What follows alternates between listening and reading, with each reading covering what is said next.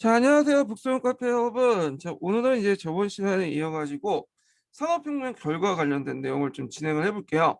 자, 산업혁명 결과 관련된 내용은 예전 아주 오래된 기출문제에 한번 나왔어요. 자, 그래서 이제 좀 나올 가능성이 좀 있죠. 예전 그 기출문제에 자주 최근에 이제 또 새로운 버전으로 이렇게 기출문제가 많이 나오기 때문에 한번 요 관련된 내용을 강독을 해보겠습니다. 자, 여기 이제 서계도 있는데 읽어보신 분들은 알겠지만 서계의 내용이 좀 약간 제가 보기에 좀 정리가 안 돼 있어. 나중에 읽긴 읽을 텐데 쓸데없는 잡소리도 많고 그래가지고 오히려 교과서 내용을 먼저 일단 훑어보고 나서 서계 내용을 이제 보는 게 좀 약간 도움이 될 것 같아요. 자, 그래서 비상교과서 산업혁명 결과 관련된 내용이 149페이지 내용이 있거든요. 그럼 미래엔도 한번 읽고요. 자, 일단 비상교과서 149페이지 펴보세요. 자, 여기 보면 산업사회 형성 내용이 있죠. 어, 자, 산업혁명 이후에 이제 산업사회가 형성되는데 산업혁명으로 공장제 기계공업이 발달되면서 대량 생산을 위한 비약적인 어떤 그 생산이 비약적으로 증가됐죠. 자, 여기에서 이제 눈여볼 공장인데 팩토리라는 그 시스템이 뭐냐? 예전에 선대지는 작업 공간이 이렇게 분리되어 나갔었잖아요.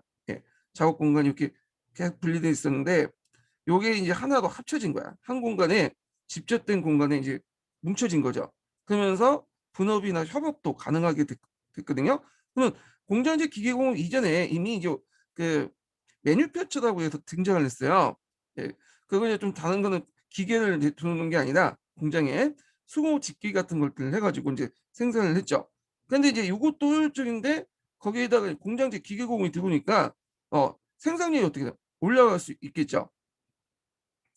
자, 그다음에 이제 아까 이제 살펴본 것처럼 교통혁명이나 이런 걸 통해서 교통이 발달되면서 상품과 사람들이 빠르게 멀리까지 운송되었다. 자, 그 결과 이제 농업 중심의 사회에서 산업사회 바뀌었고 자본주의 경제체가 확립되었다. 자, 그다음에 이제 산업사회가 형성되면서 인구가 크게 증가되었고 예전에 살펴본 것처럼 이제는 이제 그 수학체계화 법칙이 적용되지 않죠. 그래서 이제 그 예전에 그 맨델스 곡선처럼 정근대 시대 때 수학적인 법칙이 적용되지 않기 때문에 생산력이 농업생산이 급격하게 올라가면서 많은 인구를 부양할 수 있게 돼요. 그래서 이제 사람들의 생활은 풍요롭고 편리해졌다. 그래서 이제 대규모 공장이 들어선 지역을 중심으로 도시가 성장하고요.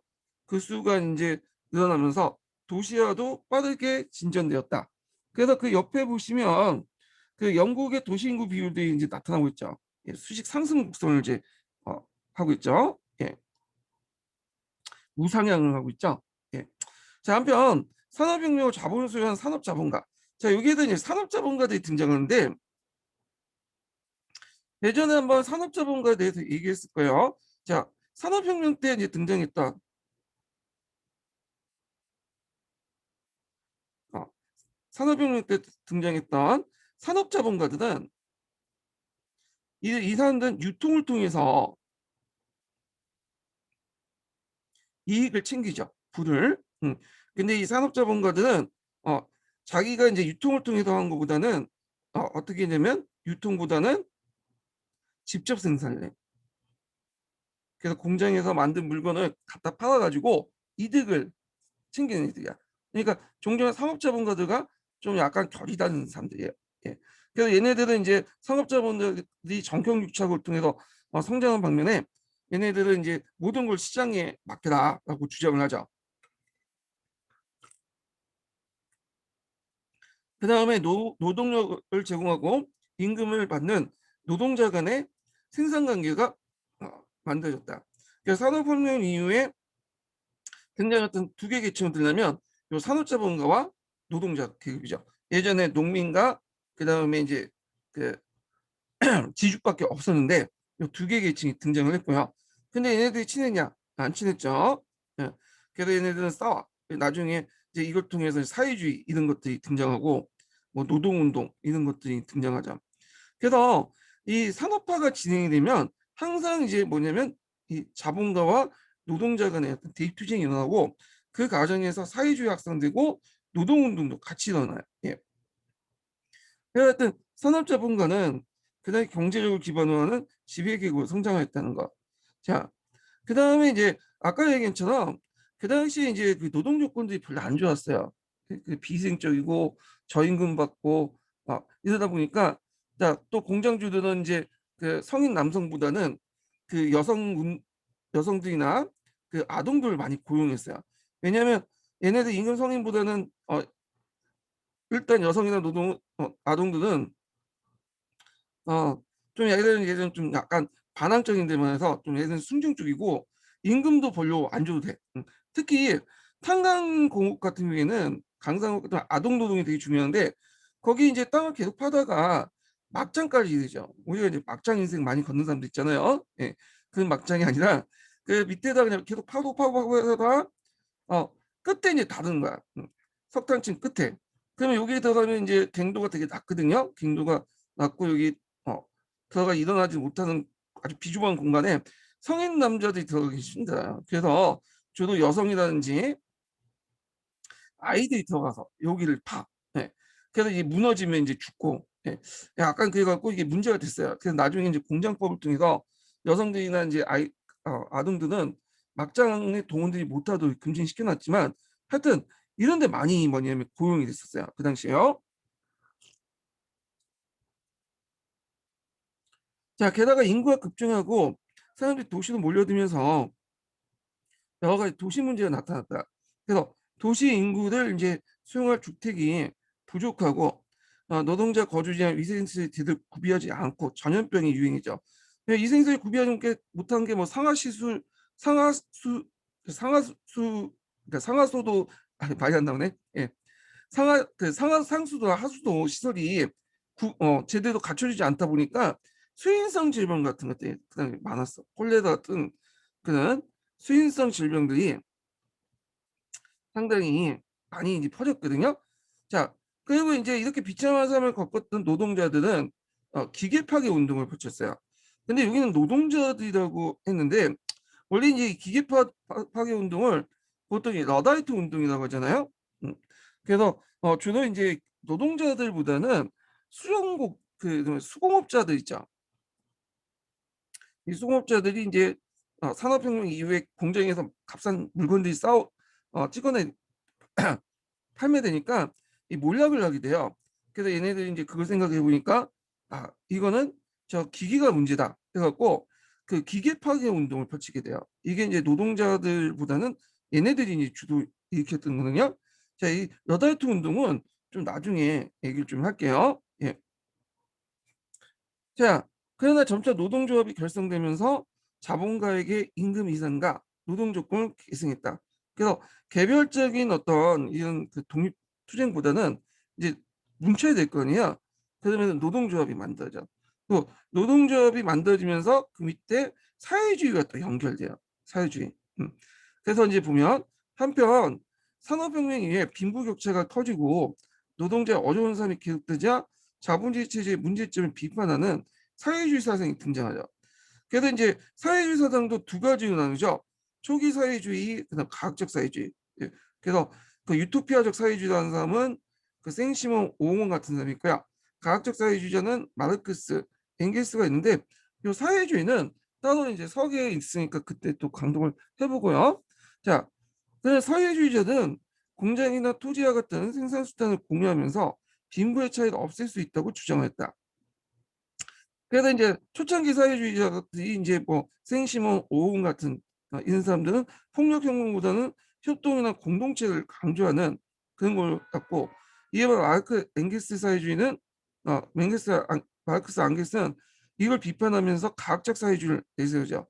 그래서 계급평등을 주장했는데 이 부분은 제가 뒤에 따로 설명을 해드릴게요. 이 부분은요. 자, 그 다음에 이제 어, 비상 한번 미래인 한번 넘어갈게요.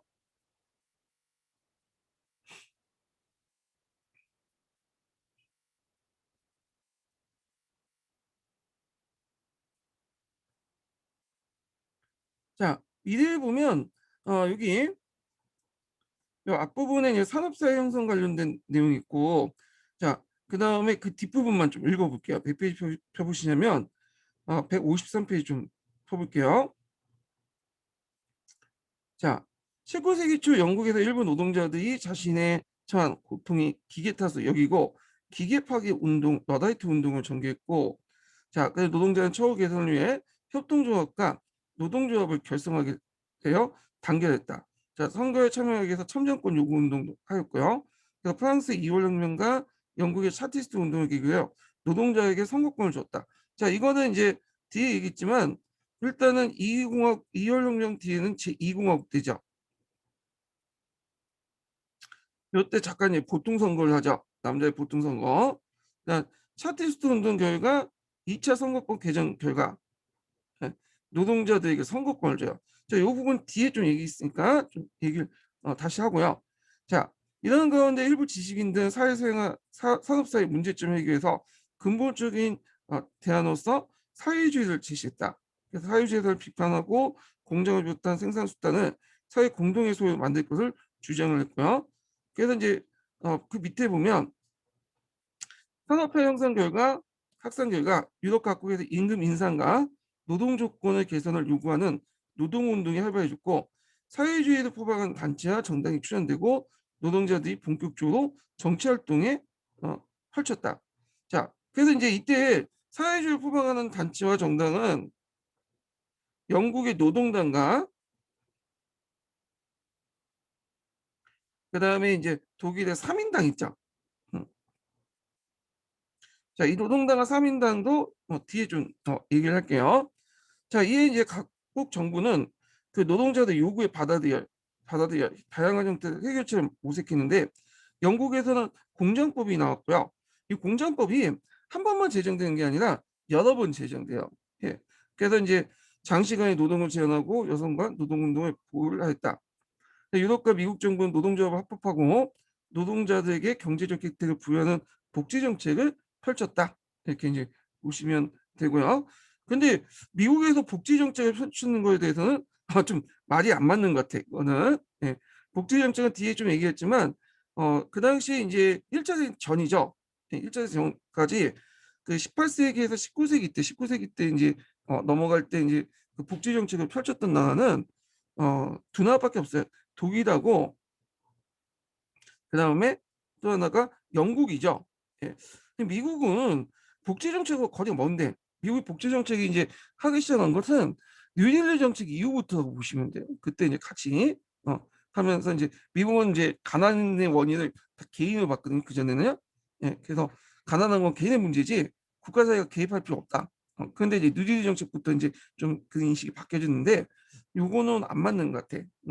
그래서 노동자들에게 뭐 경제적 혜택을 해서 복지 정책을 했다는 거는 미국하고는 좀 1차 세기 이전의 미국하고는 상관이 없어요. 예, 그러니까 대공황 이전의 미국하고는 상관이 없는 얘기고 그 밑에 사회주의 사상이 있는데 요거는 나중에 또 강독을 해보겠습니다. 자, 그러면 이제 그 산업혁명의 결과를 이제 서기에서 볼게요.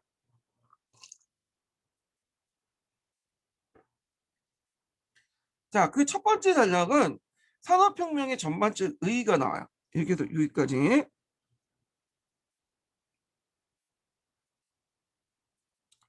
자, 산업혁명은 프랑스 혁명과 더불어 유럽 근대사회 확립에 가장 중요한 계기가 됐다. 이제 유럽은 계속된 기계의 발명과 기술의 혁신으로 종전의 농업적 사회를 타파하고 산업사회로 발전해 나갔으며 생산력의 비약적인 발전과 지속적인 경제 성장이 가능해졌다. 자, 그래서 이제 그 밑에 이제 그 관련된 결과들이 쭉 나오죠. 첫 번째로는 공장제 추진이야. 자, 산업혁명은 무엇보다 생산 수단과 생산 조직에 큰 변화를 가져왔다. 즉 기계를 사용하고 다수의 노동자를 한 장소에 집중시키면서 강도과 일정한 기율하에 협동적인 생산 쪽 작업을 종사하는 공장제 또 패트리 시스템이 나왔죠. 그래서 한 곳에 모여가지고 했던 공장제 시스템은 그 이도 말미암아서 자본주의 완성 단계에 접어들었다. 물론 공장제는 일시의 낡은 생산 양식 간해공업주 수공 이건 선대제를 바탕으로 하고 있죠. 선대지를 바탕으로 있고 예전에 한번 얘기했던 전 시간에 했던 원산업화와 관련돼 있어요. 자, 사라지게 하지는 않았다. 그러나 기기의 발명과 기술의 혁신이 계속적으로 이루어짐에 따라서 공정제도가 이제 간해공업적 수공업을 압도하게 됐다. 뿐만 아니라 공장제도는 모든 공업 부분에 확산되었고 새로운 부분을 착취했다.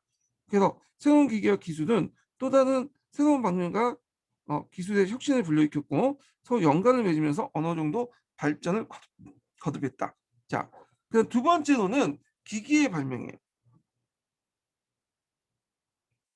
예전에는 사람이 노동력이나 아니면 수목 짓기 같은 것들 이걸 통해서 했던 것을 이제 기계를 사용하면서 자동화시켰죠. 대량 생산이 가능했던 거. 그래서 그러면서 이제 뭐냐면 생산량이 비약적으로 증대하게 되죠.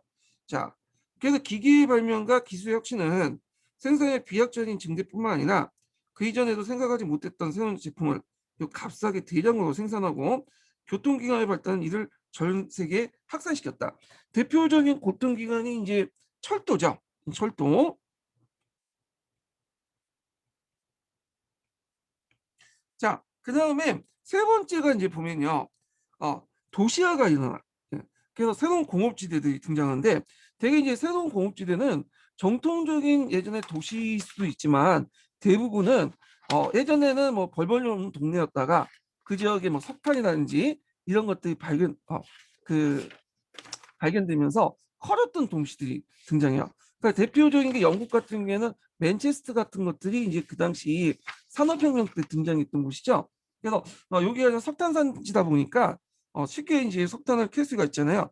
그러다 보니까 거기에 이제 공업지대가 형성되고 노동자들이 모여 살면서 이렇게 도시가 형성되는 신흥도시들이 많이 나타나기 시작해요.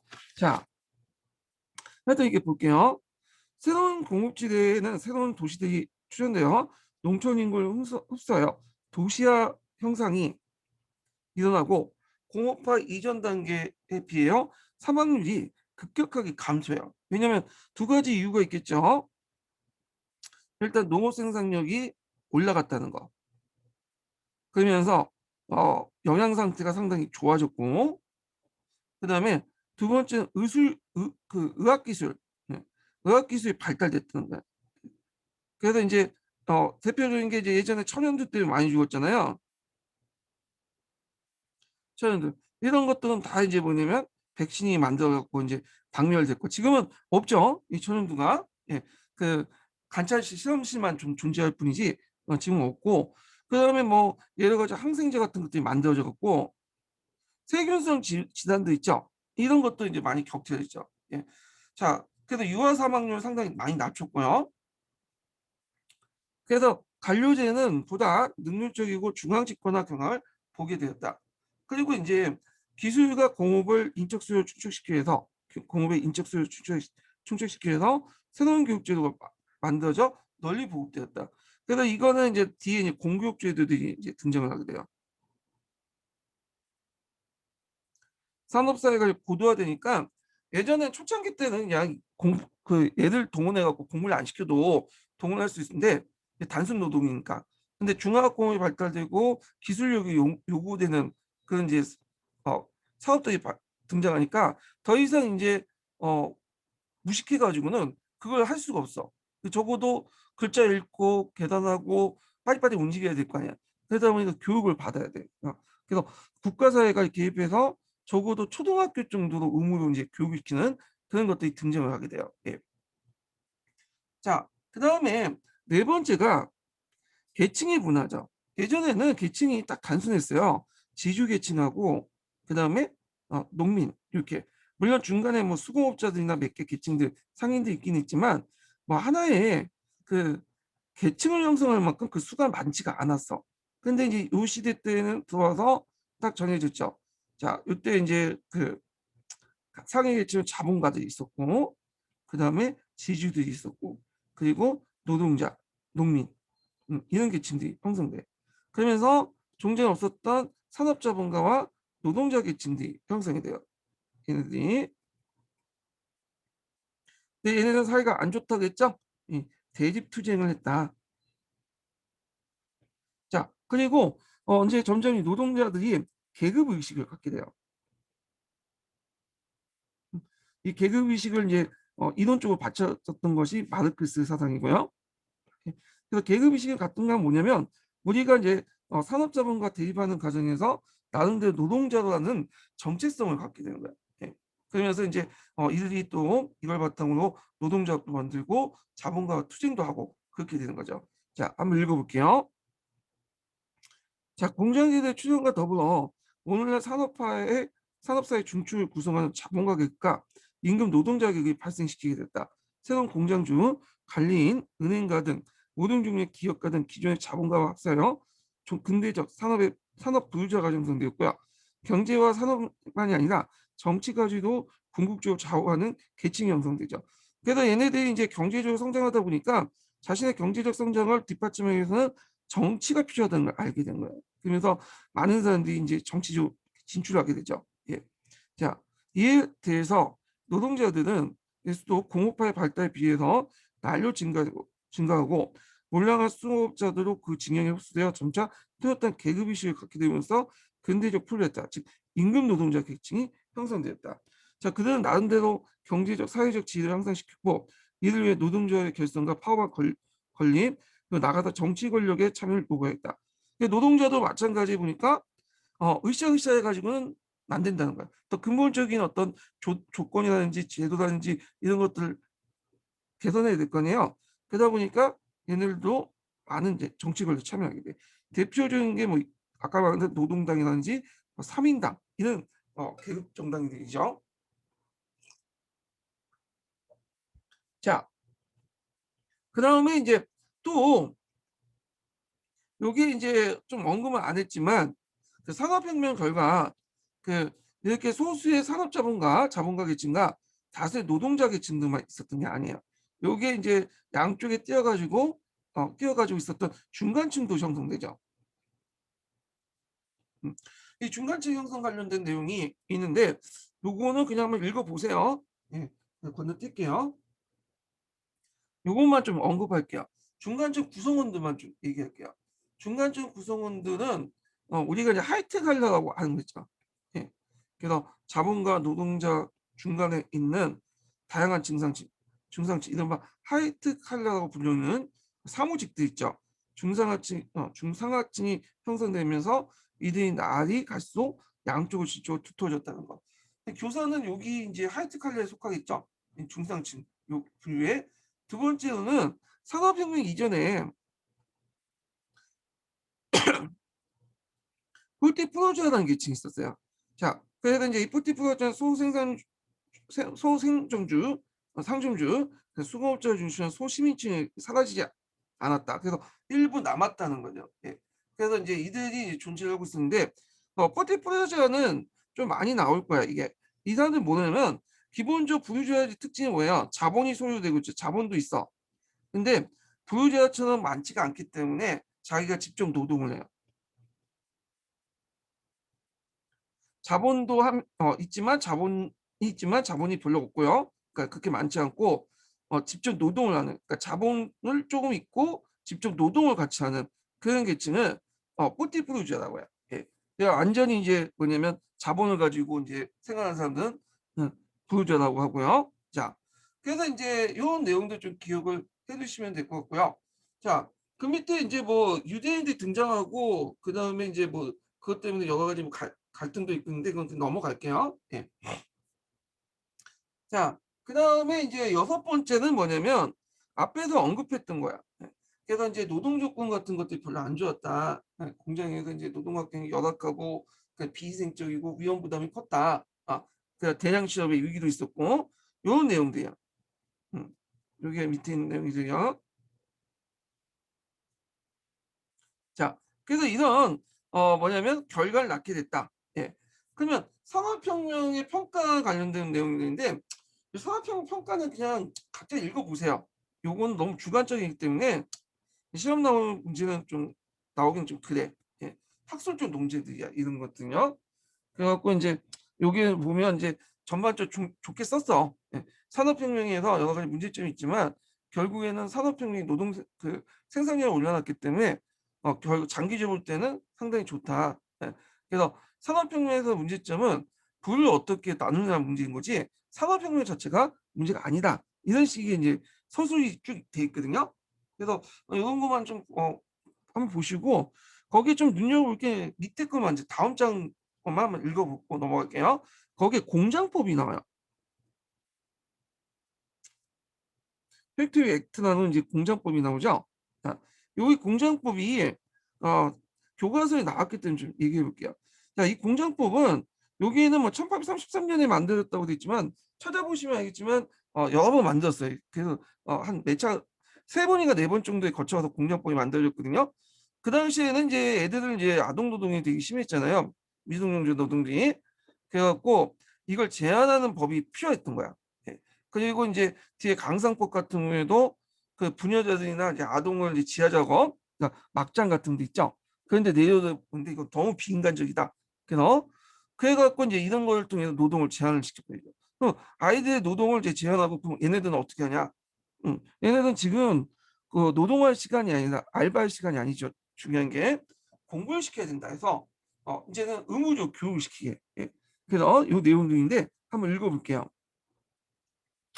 자, 미성년자 노동운동에 관해서 1833년 공장법은 하루에 노동시간을 8시간을 제한하고 그다음 9살 이하의 고용을 금지하는 동시에 공장 소유자는 의무적으로 학교를 설립하여 취약시키를 규정했다. 자, 이 법령 제정 후 미성년자의 고용이 급격하게 감소하고 가족 단위 노동이라는 취업 형태가 깨졌으며 이게 뭐냐면 그 당시에는 이제 취업할 때 같이 취업하는 거예요. 그래서 여기 보면 이제 아빠만 취업하는 게 아니라 엄마도 같이 하고 그다음에 그 동생들 그 노동 아이들도 같이 해요. 한 세트 묶어서 이제 취업하죠. 그래서 강상 노동이나 뭐 이런 데 가서 같이 일을 하는 거야. 아버지는 좀 밑에 있는 저 어른들이 들어갈 수 있는 막장에 들어가서 하고 아이는 저 더 밑에 깊이 있는 그런 막장에 들어가서 어른이 못 들어가니까 그런 식으로 이제 하는 거죠. 그다음에 1842년 강상법은 부녀자와 10세 미만의 아동의 지하 작업을 금지했다. 그래서 이제 이러한 폐단 시정과 더불어 노동자 자신이 단결하여 적극적 그들의 생활 지위, 권리 신장을 도모하는 노동운동이 비교적 일찍이 전개되기도 하였다. 네. 요 정도만 좀 기억을 해두시고 뒤에는 그냥 관점이나 이제 의 뭐 이런 평가 이런 내용들이기 때문에 그냥 넘어갈게요.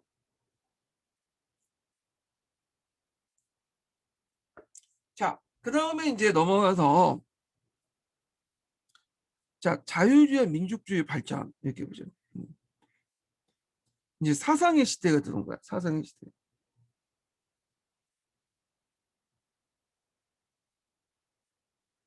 홉스비나 작가가 이제 예전 역사가 사상의 시대라는 19세기네. 예.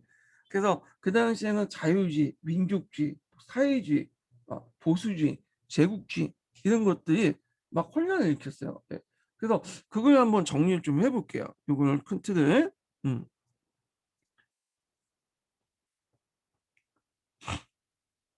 자, 이 표를 잠깐 보죠.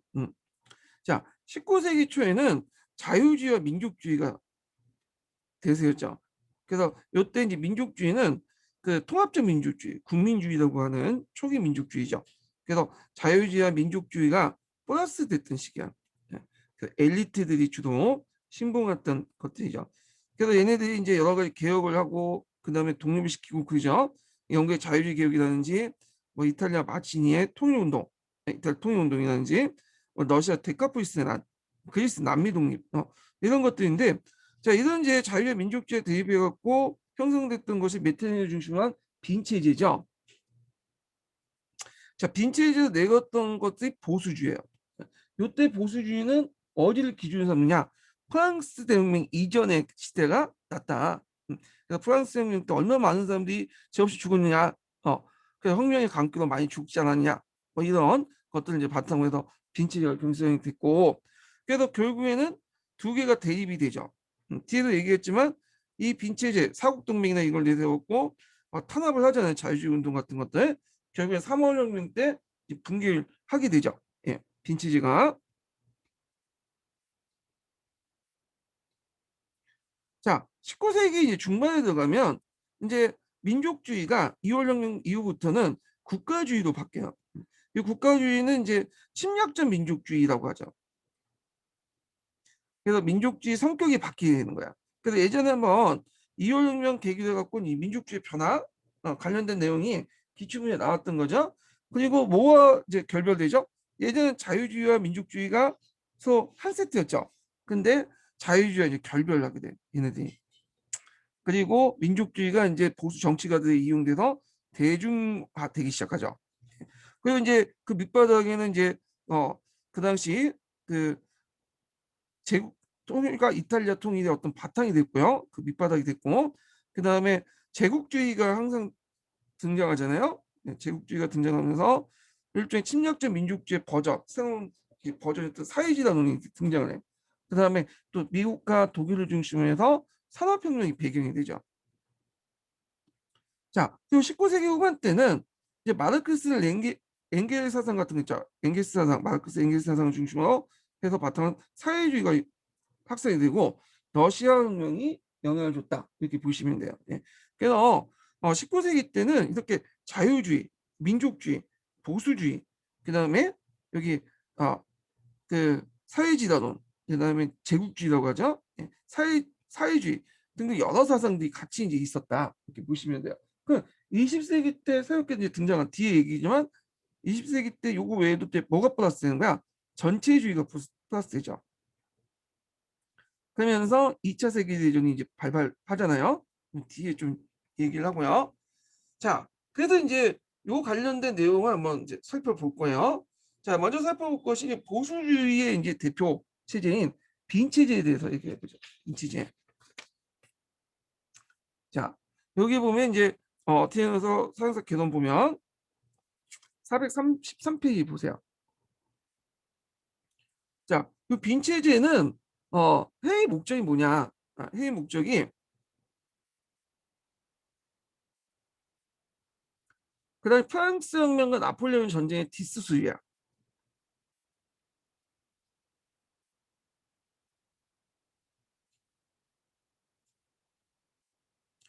나폴레옹의 전쟁에 뒷수습을 하기 위해서 모였던 거죠. 그래서 이제 왜 어떤 뒷수습이냐? 왜냐면 나폴레옹이 이제 침략 전쟁하면서 막 국경선을 막 완전 흐트러놨잖아요. 예, 그 국경선 문제 같은 것들 해결해야 되고, 그 다음에 프랑스 혁명이 이제 되면서 많은 뭐 자유주의 민족주의가 확산이 됐잖아. 그래서 프랑스 혁명의 이런 정신들, 자유주의 민족주의를 확산을 방지할 필요가 있었어. 자, 뭐 이런 것들을 하기 위해서 이제 뭐냐면 빈체제가 이제 구성이 되는데, 자, 이 빈체제를 이제 주도했던 인물이 누구였냐면 오스트리아 제상이었던 메테른이죠. 자, 메테른은 전 시간에 잠깐 언급했는데, 근대 유럽에서 이제 뭐냐면 국제체제를 만들었던, 근대 유럽의 국제체제를 만들었던 세 명이 있어요. 그 한 명이 첫 번째 예전에 해온 니슈레이고, 30년 전쟁 이후에 국제체제를 만들었죠. 그 다음에 이제 빈체제를 만들었던 그 메테르니아, 이 사람이 빈체제를 만들었고, 그 다음에 이제 19세기 후반때 비스마르크 체제 만들었죠. 비스마르크죠. 음, 여기는 요거와 이제 관련된 내용이 빈체제. 한번 읽어볼게요. 자, 나폴레옹 몰락과 더불어 프랑스 혁명 이래 사업 한 세기에 거쳐 유럽의 동남과 전쟁을 종식하였다. 그자 각국 대표들은 오스트리아의 수도 빈에 모여서 유럽의 질서 회복과 재편성을 논의하였다.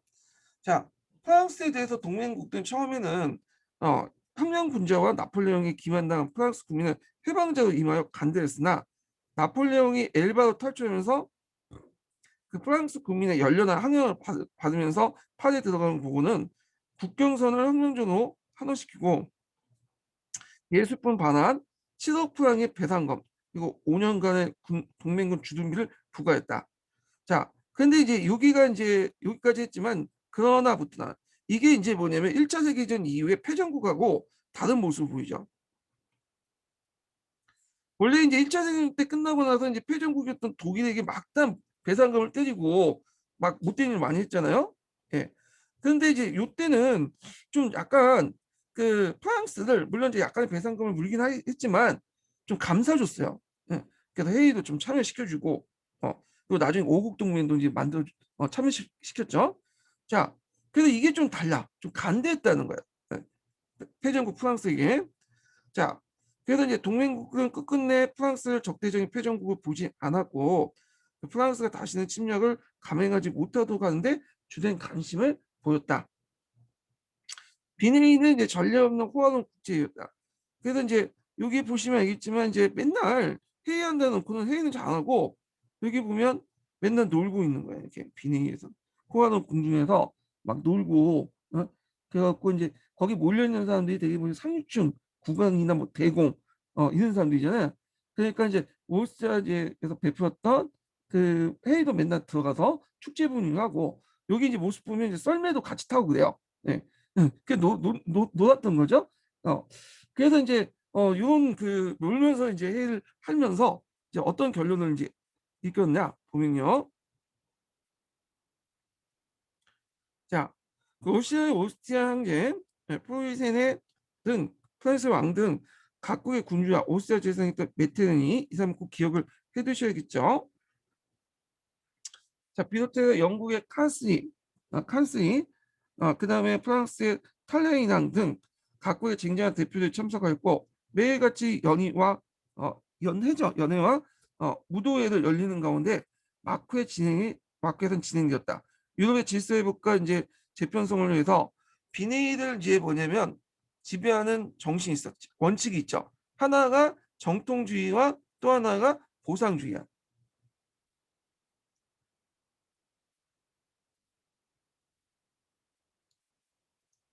음.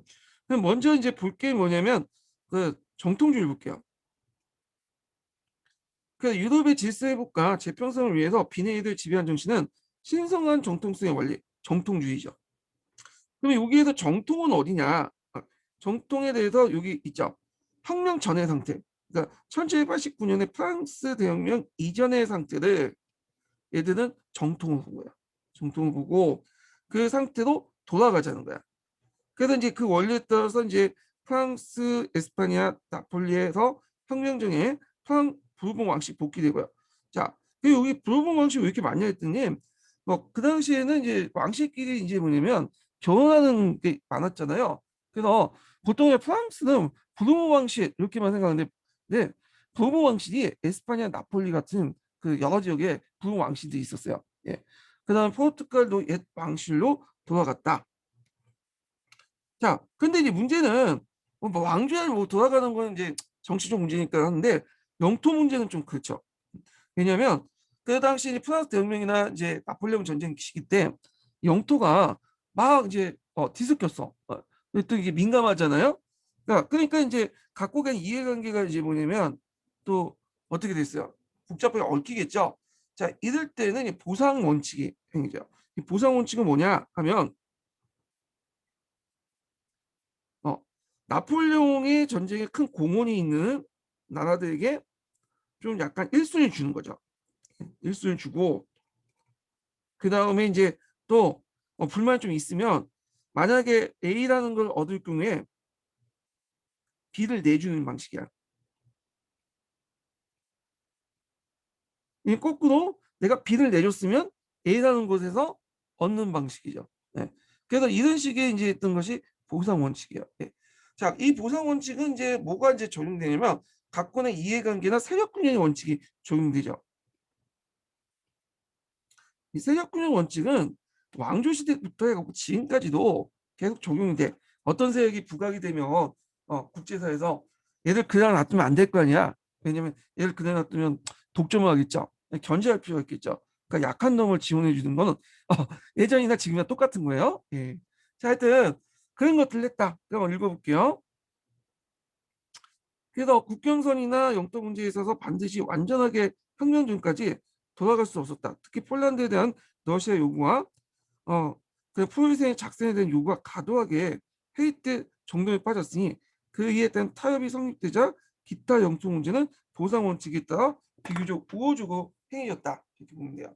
자, 그러면 이제 일단 러시아가 요구했던 게 뭐냐면 폴란드야. 왜냐면 폴란드는 상당수 러시아 그때 그 폴란드 분할할 때 러시아 측에 있었거든요. 근데 나폴레옹이 등장하면서 그 폴란드를 에다 계대 왕국을 이제 세웠죠. 그 러시아령에다 폴란드 러시아령에다 바르샤바 왕국이라는 그런 계대 왕국을 세웠는데 이거 당연히 내가 없겠다. 내가 예전 땅이었지 않냐. 근데 거기에다가 예전에 포유생이 가지고 있는 폴란드령이나 이런 것들 더 얻겠다 하니까 당연히 이제 좀 문제가 있겠죠. 그러니까 러시아 일단 폴란드의 상당 부분 얻었고, 그래서 폴란드 왕국을 세웠고요. 폴란드 왕국은 러시아의 계대 왕국이고, 러시아 황제가 겸한 황제 왕국의 왕을 겸하고 있어요. 그래서 러시아 황제가 그 왕위를 겸했고, 대신에 이제 손해를 봤잖아요. 자기 땅을 좀 떼줬잖아, 포르시아는. 그래서 포르시아에게는 그 자기 원했던 작생 지역의 땅을 상당히 또 포르시아 땅을 넘겨줬어. 네, 이런 식으로 한쪽이 손해를 보면 한쪽에게 다른 쪽을 주는 방식으로 메꿔주는 거죠. 그럼 이때 있죠. 그 포르시아는 나폴레옹이 지지했던 작센과 북부의 라인 지방을 얻었다. 그리고 독일은 오스트리아 포유세군 중에 39개국으로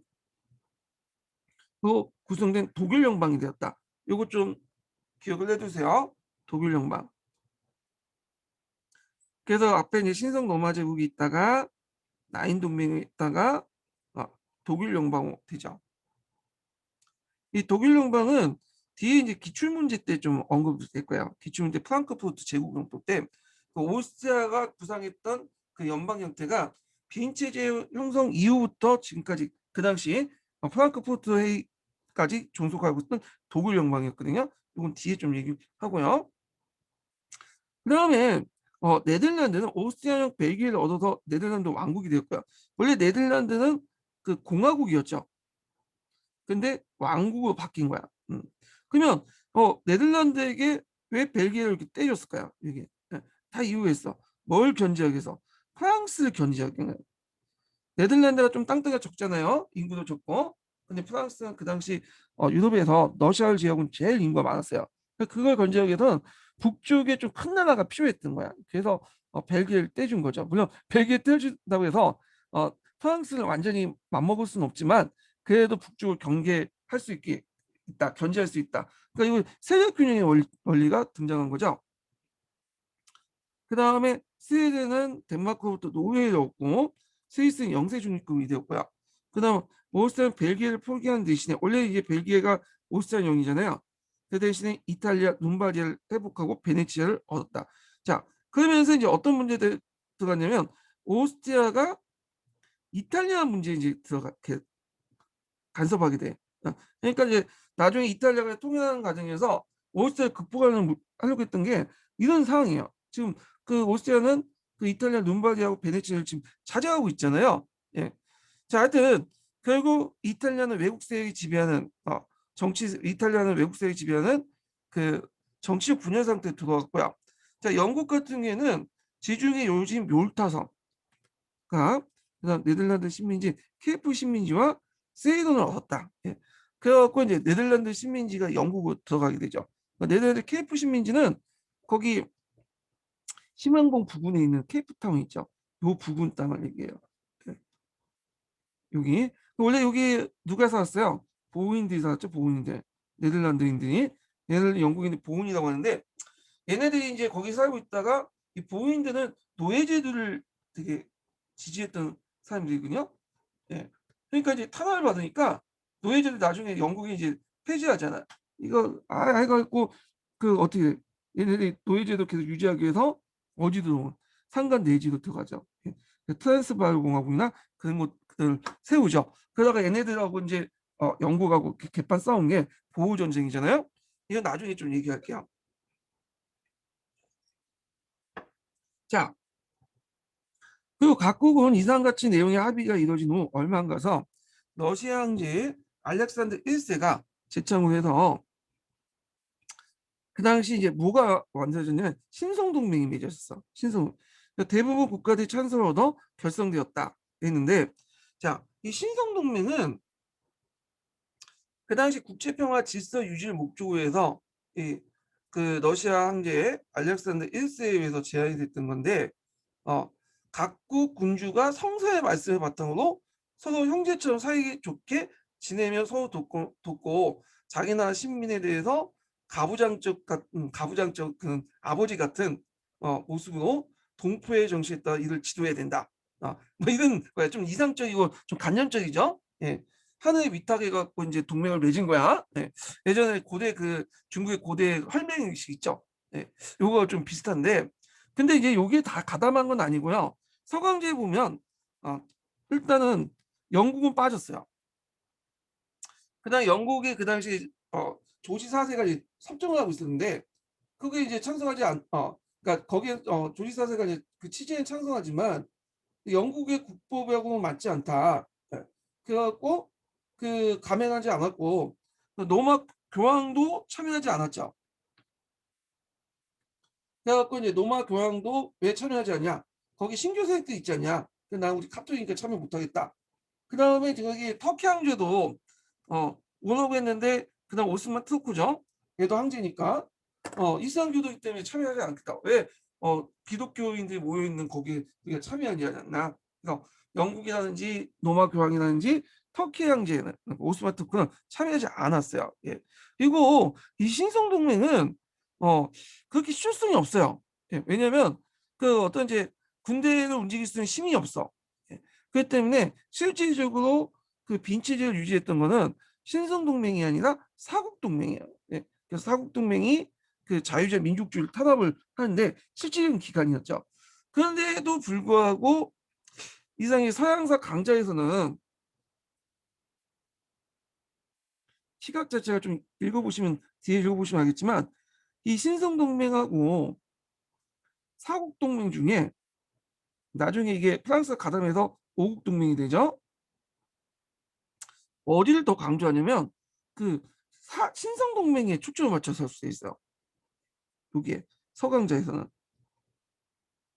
마치 빈체제가 신성동맹처럼 움직이는 것처럼 되는데 그럼 약간 이거는 물론 서로 연결됐긴 하겠는데 거기 영국은 신성동맹에 빠져 있으니까 그런 걸 감안하면 사국동맹이 훨씬 더 나을 것 같은데 모르겠어요. 뭐 그런 시각에서 접근하고 있는데 서계에서는 그 주체를 빈체제를 움직이는 주체를 사국동맹을 보고 있죠. 자, 그럼 보면 제2동맹의 러시아 황제였던 알렉산더 1세가 신비주의 소산으로 실제로 무의미한 것이었고 영국은 이에 참가하지 않았다. 같은 해 11월 보다 더 실질적인 동맹이 형성되는데 오스트리아, 영국, 러시아 및 프로이센사에 체결됐다. 여기에 나중에 이제 뭐냐면 프랑스가 가담을 하죠. 그래서 그 밑에 1818년 프랑스가 새로 참가해서 5국 동맹이 되었다. 근데 그 핵심은 어디까지 사국동맹이었다. 그래서 일단 사국동맹을 얘기할게요. 자, 그래서 이 사국동맹은 그 비내의 결과를 유지하기 위해서 무력을 사용할 수 있다는 내용을 포함함으로써 빈체제를 유지하기 위한 실질적으로 국제기구 역할을 했다. 그래서 신성동맹은 그냥 상징적인 의미고 여기가 국제기구 역할인 거야. 거의 빈체를 유지하기 위해서 무력을 사용할 수 있어. 자, 이것 때문에 이제 후에 이제 사국동맹국들이 뭐냐면 많이 동원돼 가지고 그 당시 뭐냐면 자유주의 민족주의 운동인을 막 탄압을 했죠. 예. 자, 그러면 이제 계속 이제 볼게요. 자, 비네이와 그 후 얼마 안 돼서 유럽의 국제기구를 주재했던 정치가 있던 오스트리아 메트寧였다. 자, 이 오스트리아 메트寧는 철저한 보수주의자예요. 그 내세웠던 정통주의는 단순한 국왕조의 복이나 영토 문제 해결 원리에 그치지 않고 구질서 회복과 유지, 즉 프랑스의 싹튼 자유주의와 민족주의를 억압하는 거야. 그 당시에는 자유주의와 민족주의가 분리되어 있지 않고 한 세트로 묶어 있었다고 했죠. 특히 이 민족주의가 확산되면 오스트리아는 완전히 개박살나요. 그 당시 오스트리아는 지금도 조그만 나라가 아니었죠. 네, 큰 나라였어. 그래서 헝가리나 체코나 심지어는 지금 오늘날 그 발칸반도 일대, 유고슬라비아 일대, 세르비아, 크로아티아 그런 지역들을 막 장악하고 있었던 나라였단 말이에요. 근데 이런 다민족 국가인 오스트리아에 민족주의 확산된다? 그러면 어떻게 해? 이제 들고 나가겠지. 우리 민족별로 이제 국가를 세우자고. 그러니까 이걸 사전에 차단할 필요가 있었던 거야. 얘네들은. 자, 그러면 19세기 때 통해서 유럽 전체가 심할렸던 전쟁이 없었던 사실들어 사국동맹, 여기 사국동맹을 바탕한 신성 빈체제의 뭐냐면 긍정적 의미죠. 그래서 여기까지는 그래서 빈체제의 그 긍정적으로 본 이들은 19세기 전반 때 볼 때 빈체제가 유지됐기 때문에 유럽의 협조체제가 성립됐고 19세기 전체 전쟁이 없었다. 18세기 때까지만 해도 뭐 왕조 정쟁들이 많았죠. 특히 7년 전쟁 같은 경우에는 대규모 유럽 전쟁 전역에 있었잖아요. 식민지 포괄하는 전쟁인데 그런 전쟁이 없었고 그 다음에 또 이제 여기는 안 나왔지만 프랑스에 대한 간대한 처분이죠. 이거는 이제 나중에 1차 세계대전 때 그 독일에 대한 어떤 처분하고 비교해 볼 수 있죠. 예. 자, 이런 것들이 이제 뭐냐면 긍정적인 견해야. 근데 뒤에 붙는 그 뭐냐면 여기까지 어, 부정적인 평가죠. 빈치지에서. 자, 일단은 사국 동맹 자체가 얼마나 불화가 생겼고 특히 이 사국 동맹에서 영국이 그 좀 약간 다른 나라와 시, 시시콜콜 뭐 대립을 하고 있어. 영국의 어떤 영국 어느 정도 산업화되고 자유주의를 또 받아들인 나라이기 때문에 하여튼 국가 이익 때문에 이제 하여튼 이해관계 때문에 좀 대립이 있었고 갈등이 있었죠. 네. 그리고 이제 이게 보수적이고 반동적이죠. 이미 시대적 흐름은 자유주의와 민족주의인데 대세인데 이걸 인정하지 못하고 예전 체제를 계속 지키려고 했던 물론 지킬 수는 있었죠. 근데 시간만 약간 딜레이만 했을 뿐 어, 변화의 시간을 좀 딜레이만 했을 뿐이지 근본적으로는 자유와 민족주의 넘어갔잖아요. 자, 그 다음에 세 번째는 그 국내에 이제 대규모 전쟁이 없었던 건 유럽에 그 당시 국내 문제가 더 급했기 때문에 각국이 그래서 그 각국이 자유주의 민족주의 그다음에 산업혁명이 진행된 제기된 도전 등 국내 문제를 해결하기 때문에 분망했다. 그러니까 바빴기 때문이지 실제로 이 빈체제 때문에 그런 게 아니다. 그래서 빈체제의 어떤 것들의 부정적인 견해고요. 그래서 이거 쓰려면 빈체제에 대해서 그 부정적 견해 쓰시오 하면 이걸 쓰시는 게 좋을 것 같아요. 예, 요거. 자, 그다음에 이제 빈체제 대안과 같은 네. 자, 이게 메테가 만든 빈체제가 그대로 유지가 된 게 아니죠. 거기에 대해서 이제 반항이 있었어 각국에서. 예, 좀 볼게요. 자, 여기 넘어가기 전에 첫 번째 인증번호 알려드릴게요. 첫 번째 인증번호는 50번입니다. 예, 첫 번째 인증 50번이요.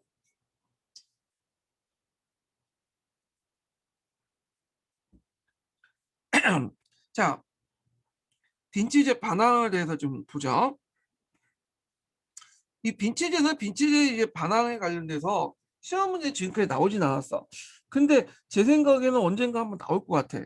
되게 중요하거든요. 여기요. 자, 그럼 빈체제 반항의 사상적인 기반이 뭘까요? 민족주의와 자유주의죠. 예. 그래서 그 당시엔 자유주의를 기반으로 해서 민족의 독립을 추구했어요. 그럼 왜, 그, 뭐냐면, 민족주의와 자유주의가 그 당시에는 결합이 됐냐? 네. 그 다 이유가 있어요. 자, 여기에서 자유주의는 제일 중요한 게 뭐예요? 전체보다 개인의 자유를 강조하잖아요. 근데 개인한 존재는 약하잖아요. 그러니까 뭔가 공동체가 필요해. 그중에 최상의 공동체가 국가 공동체예요. 그래서 국가의 공동체 안에서 개인의 자유를 극대화시킬 수 있는 거죠. 근데 그 국가의 공동체를 만들려면 뭔가 구심점이 필요하잖아요. 그중에 제일 좋은 구심점이 뭐냐 하면 뭐 종교나 사상이나 이런 것도 등등 있겠지만 그중에 현형 공동체, 그러니까 현형 공동체는 같은 이제 뭐 민족이란 공동체 있죠. 그래서 이 민족이란 공동체를 통해서 국가를 형성하면 확실한 그 국가의 정체성도 형성될 수 있고 개인의 자유도 확실히 보장받을 수 있다. 이렇게 생각을 하고 있었어요. 그 당시 엘리트들은. 그래서 민족주의와 자유주의가 서로 그 당시에는 결합이 됐어. 물론 2월 혁명 때는 분리 나가지만 자, 하여튼 그러면 그 당시에 이제 빈체주의에 대한 반항이 어떤 게 이루어졌나? 자, 여기도 있지만 좀 먼저 크게 한번 네 개를 정리해서 이제 볼게요. 자, 먼저 독일을 보죠. 자, 독일은 브루센 샤프트 운동이 있었어요. 아이고 이거 똑바로 써야겠다.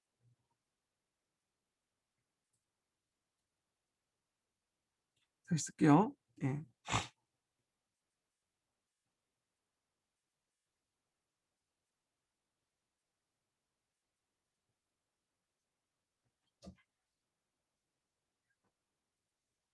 자, 이 분실 샤프트 운동 있었죠.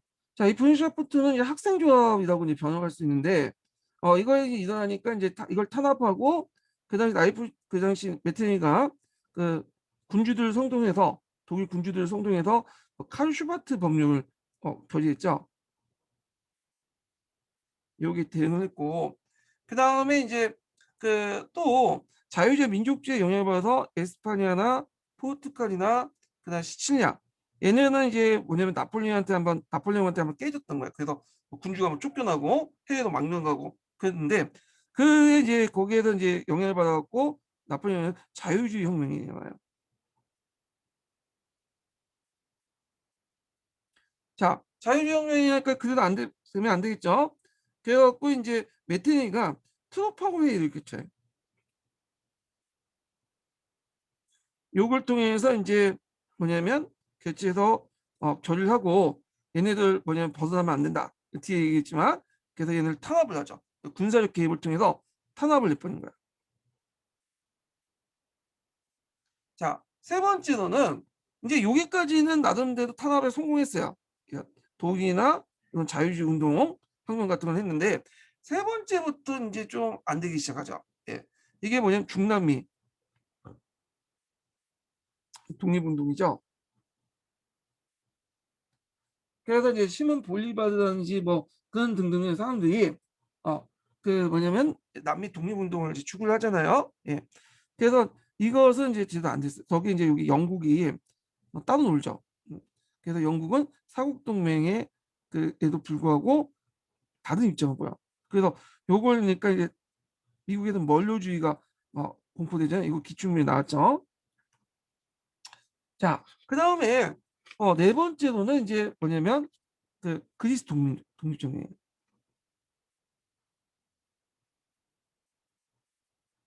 자, 그리스 독립전쟁도 이제 그 당시 오스만 투르크는 물론 이제 그 당시 그 이슬람 국가였지만, 일단 그 메디테레니안 입장부터 형상 유지가 제일 중요하니까 그리스 독립운동을 그냥 방치해뒀어요. 어차피 얘네들 뭐 해봤자 국가 진압을 할 것이라고 생각했는데, 거기에다가 이제 유럽의 곳곳에 자유주의자들이 또 개입을 하고, 거기 러시아가 또 손을 대니까 러시아 견제에 또 영국과 프랑스가 또 지원해주고, 자, 그러다 보니까 그리스 독립운동이 성공했죠. 자, 그러면서 여기 때부터 이제 빈치제가 이제 9년이 일어난 거예요. 예. 그러면서 어떻게 돼요? 나중에 2월 혁명이 영향을 받아서 3월 혁명이 일어나잖아요. 결국에 메테니는 쫓겨나죠. 그러면서 3월 혁명을 계기로 해서 빈치제가 완전히 개판났다. 이렇게 보시면 돼요. 예. 자, 그러면 관련된 내용 한번 읽어볼게요.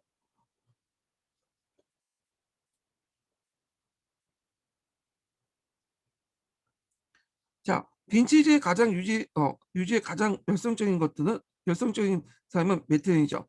그는 직접 힘을 미칠 수 있는 독일에서 자유주의 민족주의 운동을 철저히 탄압하기도 하였다. 그래서 이제 프렌시 샤프트 운동을 탄압을 하는데요. 1815년 이후 독일의 대학생들은 학생조합 브렌시 샤프트를 결성하여 자유주의 민족주의 운동에 앞장섰다. 그래서 이제 그 계기가 됐던 것이 뭐냐면 1817년에 그 당시 라이프치히 전승 4주년과 뉴턴의 종교개혁 300주년이 있었어요. 기념한 축제를 벌이고 보수주의가 생각하는 서적가 포유센 병사와 병사의 군복을 불사했다.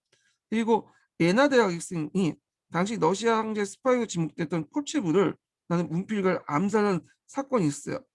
그래서 이걸 계기로 해갖고 이제 이걸 못마땅하게 생각했던 메테니가 독일의 여러 군주와 해협해서 카르 슈바트 법령을 거렸죠. 이 법령 내용을 보면 학생조합, 브레시샤프트 학생조합을 해산하고 대학의 감독관을 방해해서 교수와 학생의 동태를 감시하는 한편, 요거 우리나라도 있었죠. 박정희인데 저기 전두환 때 학생분들이 많으니까 얘네 감시하기 위해서 이제 박스 심리학전 놓고는 학생 중에 몇 명을 아니면 그 안기부 사람들 이렇게 집어넣고는 학생들이나 뭐 교수들이 그런 강의하는 거, 학생들 그 활동 이런 것들 감시했잖아요. 대학에 직접 들어가서요.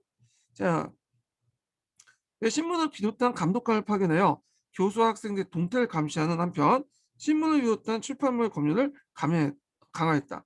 자, 이로써 독일의 자유주의 운동은 질식 상태에 빠졌다. 이렇게 보면 돼요. 자, 두 번째로는 메테가 이제 그 당시 자유주의 혁명도 진압을 했다고 했죠. 여기 보면 이제 그 에스파냐, 포르투갈, 시칠리아인데 이런 나라들 공통점이 이제 뭐냐면 특히 에스파냐, 포르투갈은 한때 누구한테 점령을 당했어요. 예.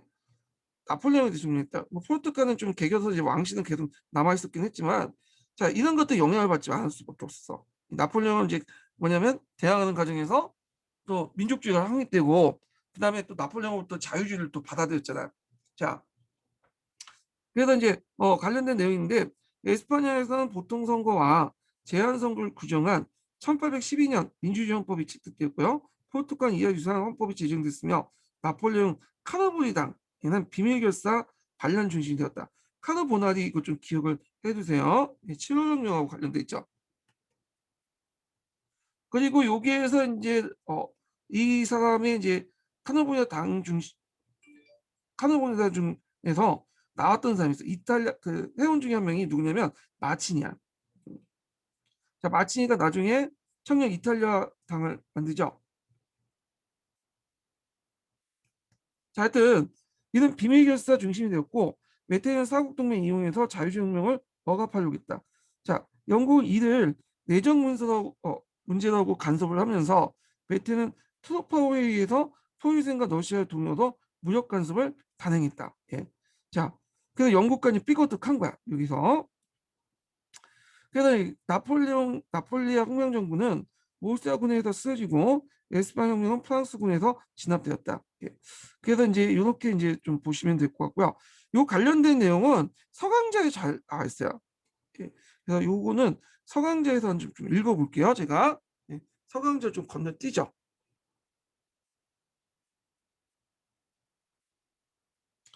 자, 서강자 웹페이지 보시면요.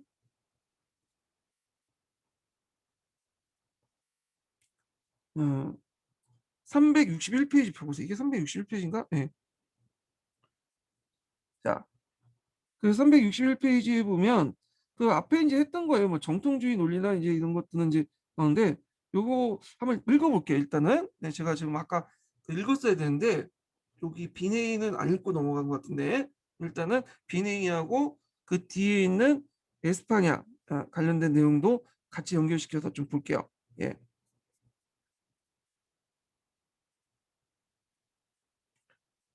자, 나폴레옹 체제의 몰락을 공포한 1814년 9월의 비네이와 1915년 신성동맹 동맹 결성은 새로운 세기 출발점이었다. 자, 오스트리아 외무장관이었던 메티니를 비롯한 신성동맹 지도자들은 형상 유지와 정통 논리의 원리에 따라서 여기 이제 현상 유지 정책도 플러스 됐네요. 예. 그래서 빈 체제의 잠깐만요. 이게 또 안 되네. 그래서 형상 유지 정책 좀 기억을 해두시고 잠깐만 좀 기다려 보세요.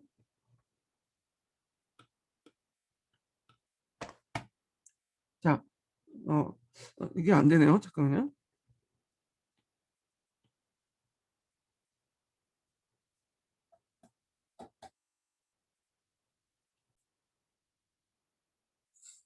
이게 헌금방이 안 돼갖고 일단 헌금방 사용을 좀 자제하면서 좀 할게요. 안 돼갖고 이걸로 좀 대체하겠습니다.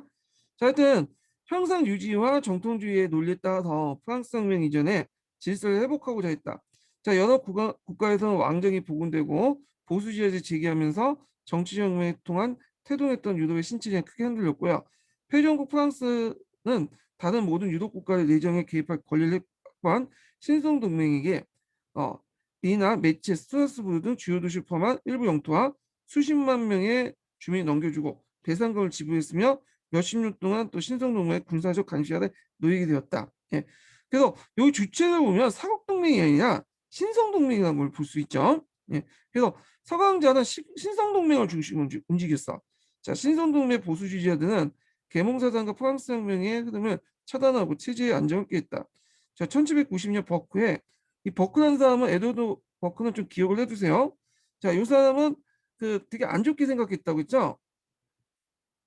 그리고 이 사람이 쓴 유명한 책이 프랑스 혁명에 대한 고찰과 가난 성찰인데, 그 이 사람은 보수주의 특징이 이제 대변하고 있는 사람이야. 정통과 역사를 이성과 자유보다 더 우위에 본 거야. 우선시하고 과거부터의 정책의 기조를 구하려고 했다. 자, 그들은 지속적인 개혁이나 명분안에 그 변화 자체를 우상하는 경향을 혐오하고 새로운 것을 통해 기분 전환과 자극을 추구하는 대중의 욕구에 대한 반발을 했다. 자, 그래서 이제 요 있는데 또 버나드라는 사람이 있는데 뭐 그건 각자 보시고. 자, 이런 분위기 속에서 정치적 억압이 미흡한 개혁이 뒤틀렸다. 그리하여 1819년에서 20년에 거쳐서 권위주의의 억압은 유럽의 전반적인 추세에 자리 잡았고, 영국은 이제 자유주의가 이제 확산된 데 불구하고 이런 분위기, 그러니까 빈체제가 형성된 보수주의적 분위기 때문에 피터러 학살이 일어났어요. 이게 되게 유명한 학살이거든요. 그래서 요건 좀 기억을 해주세요. 그 뒤에 있죠. 자, 1819년에 영국에서 일어난 민주운동을 탄압한 사건인데 교과서에도 나와요. 여기요. 영국의 맨체스터의 세인트 피터 강령에서 약 6만 명의 민중들이 모여서 의회 개혁과 선거권 확대를 요구를 했어요. 그런데 이제 헬리오트의 연설 도중에 기병대가 습격을 했어. 그때 이제 기병대가 여기 보시면 어 이게 평화 시위인데 불구하고 칼 들면서 사람들을 막 휘젓고 다녀요. 예. 그래서 해체시키는 거죠. 그 칼을 휘젓고 다니면서 그 과정에서 팔과 다리 잘린 사람들이 많았다 그래요. 또 많은 사람 죽고. 자, 그래서 이걸 뭐라고 이제 그 당시 뭘 했냐? 예전에 나폴레옹을 이제 대파한 전투가 월투였잖아요. 이 월투에서 영국군의 승리에 빗대 민간인에 대한 야만적인 공격을 야연한 뜻에서 피터가 강장에서 했기 때문에 이걸 피터로라고 하죠. 그러니까 월투로와 피터가 합쳐놓은 거야. 예.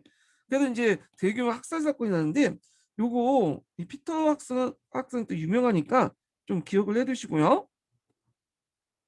자, 하여튼 얼마간의 개혁과 공식적인 억압의 결합은 장기적 보수주의자들이 바라는 정치적 안정을 보증하는 최상의 실행 방식이었고, 특히 이제 메테르는 프로이센과 러시아와 지도자가 더불어 총 20년 11월 실내제안에 트루파와 아까쯤에 이제 그 서기에 나와 있는 거죠. 예, 기호준수. 그래서 잠깐요. 아까 이제 서기에 연결하면 여기. 그래서 그때 이제 왜 이걸 개최했다고 했어요? 에스파냐, 포르투갈, 시치리아 자유혁명이 일어나니까 이거에 대해서 대처하기 위해서 트루파워 회의를 개최했다고 했죠. 자, 그래서 이제 이때 이제 영국은 참여하지 않고요. 예, 러시아나 뭐 포리스이나 이런 나라들이 참여했는데, 자, 트루파 회의에서 에스파냐 자유주의 봉기와 나폴레옹 관련해 개입할 걸 결정했다. 그때 이제 결의안이 있어요. 이거 결의안 좀 기억을 해두세요. 결의했다면 어떤 국가가 위협을 처했을 때 동맹국들은 평화적으로 무력적이든 약속을 어긴 국가를 위대한 동맹의 품으로 돌려주고자 결석했다. 그러니까 이제 국가가 그러니까 신성동맹 안에 있는 국가들이에요. 얘네들이. 그러니까 사국동맹이 개입은 했지만 영국을 제외한 사국동맹이 개입은 했지만 실제 큰 틀은 신성동맹 틀 안에서 얘기를 하는 거야. 네. 그래서 신성동맹에 들어가 있는 국가 중에 스페인과 포르투갈처럼 위기에 처했거나 아니면 신성동맹의 어떤 원칙에 어긋난 행위를 할 경우에는 평화적이든 무력이든 간에 어떻게 하든 강제적이든 설득을 해갖고 다시 이 신성동맹에 품 속에 돌려주고자 결수한 거야. 예. 요때 동맹은 사국동맹이었으면 안 되죠. 신성동맹이다. 예. 왜냐하면 에스페냐, 포르투갈 이런 나라는 사국동맹 아니잖아요. 신성동맹 안에 있는 동맹들이니까 이게 좀 기억을 해두시면 될 것 같아요. 자, 그래서 이 트루파 회의를 통해서 결정을 통해서 그 당시 나폴리와 에스파냐의 오스트리아군과 프랑스군이 개입을 한 거야. 이렇게 좀 기억을 해두시면 돼요. 오스트리아는 이제 프랑스는 오국 동맹이지만 일단 아까처럼 사국 동맹이라 지금 얘기를 하고 있는 거예요. 예, 그냥 크게 넓게 보고 얘기를 한 거니까 그렇게 알아두시고. 자, 그러면 여기에서 더 살펴볼 게 뭐냐면 왜 스페인과 포르투갈 그 지역에서 왜 이렇게 자유주의 운동이 일어났나 이걸 볼 필요가 있잖아요. 그래서 이제 이걸 좀 보죠. 몇 페이지 보시냐면 263페이지인가? 이게 몇 페이지야? 페이지 수가 정확히 기억이 안 되고 261페이지? 이게 365페이지네요. 네, 365페이지. 자, 보면요. 자, 에스파냐는 나폴레옹 보나파르트의 정복 정책에 밀려 크게 위축되었고 1808년 5년에 그러니까 지금 나폴레옹이 이제 정복할 시기까지 거슬러 올라가는 거야. 그 원인은 프랑스 군대가 에스파냐 침입할 때 페르난드 7세가 축출되고 나폴레옹 조지프가 꼭두가 통치를 내세울 때 프랑스에 벗어난 지역의 지도자는 협의회를 구성했어요. 예. 그래서 군주가 없을 경우 각 지역의 주권이 기속된다. 그래서 이제 지금 그 에스파냐 같은 경우에는 그 재정복 운동 과정에서 여러 왕국들이 결합해서 만든 국가잖아요. 그러니까 지역 의식이 되게 강해요. 지금도 상당히 강하게 남아져 있죠. 그래서 이제 이런 걸 염두에 두고 보셔야 돼요. 나폴레옹을 맞서 싸운 애국파는 그 당시 자유로운 자라 이끌어졌으며 에스파냐의 역사상 최초의 헌법을 기초했다. 그들은 1812년 3월에 남북 카디스에서 에스파냐와 아메리카에 있는 모든 에스파냐를 대표해서 식민지죠. 에스파냐 식민지 왕권 제한뿐만 아니라 종교재판소, 영주재판권, 귀족의 특권, 장자산 속죄, 원주민의 공락과 강제노역을 폐지를 명시한 자유주의 헌법을 공포했다. 자, 이거는 공화국은 아니지만 입헌군주제에 입각한 자유주의 헌법이죠.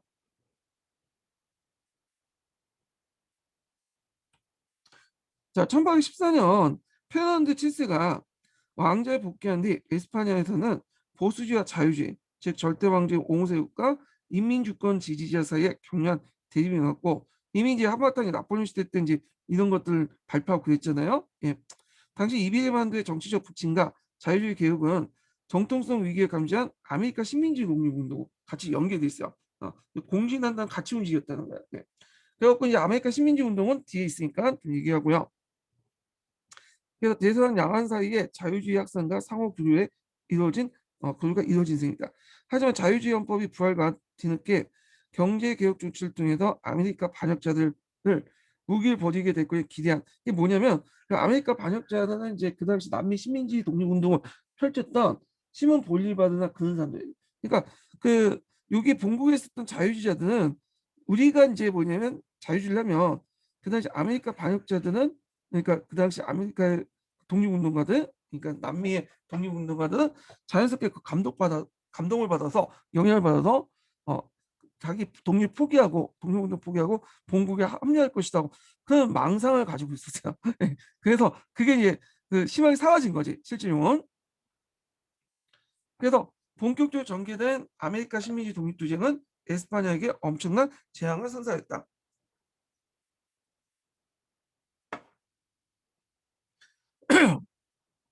1820년대 말을 보면 에스파냐는 아메리카 식민지 가운데 쿠바와 프레토리코와만 미서 그 체계 제국 체제 속에 남게 됐고 이거조차도 이제 나중에 미서 전쟁 이후 미국한테 넘어갔잖아요. 예. 그래서 남은 식민지의 어떤 제국의 항영을 다소 연장시켰지만 항영 남아있는 어떤 찌꺼기라는 뜻이죠. 연기라는 뜻이죠. 그 국내 정치제도의 구조적 제약과 개혁의 실패는 경제적 손실을 남아 제국의 종말을 끼었다. 정말 의미했다.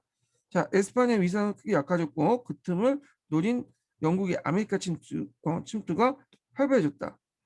영국의 영향력이 확대되고 미국의 역할도 점차 커졌고요. 그 다음에 이제 원료주의가 있는데 이 원료주의는 뒤에 좀 얘기를 하고요. 자, 그래서 이제 여기에서 이제 에스파니아의 자유주의 관련된 내용을 지금 얘기하고 있어요. 자유주의 헌법이 왜 이렇게 나타났나? 네, 그런 것들을 좀 얘기를 했고 그 다음에 넘어가서 다시 서기로 세 번째 이제 본 게 남미의 독립운동이에요. 예, 남미의 독립운동. 여기 세 번째죠. 여기 앞에 남미의 독립운동을 이제 좀 보는데 요거는 좀 쉬었다가 진행을 하죠. 예, 여기는